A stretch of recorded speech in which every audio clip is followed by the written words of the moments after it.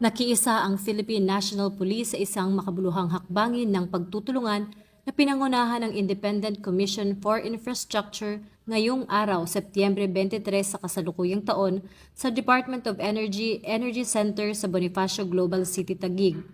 Layunin ng pagtitipong ito na palakasin ang ugnayan ng mga institusyon para tiyakin ang transparency at accountability sa mga proyektong pang-imprastruktura ng pamahalaan sa buong bansa.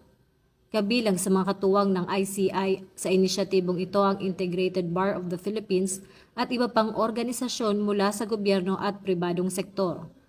Pinangunahan ni Acting Chief PNP Police Lieutenant General Jose Melencio C. Nartates Jr. ang delegasyon ng PNP sa nasabing aktibidad. Kaniyang ipinahayag ang buong suporta ng PNP sa advokasya ng ICI laban sa katiwalian, partikular sa mga programang may kinalaman sa flood control. Ang aktibong partisipasyon ng PNP sa inisyatibang ito ay patunay ng kanilang matibay na paninindigan para sa mabuting pamamahala.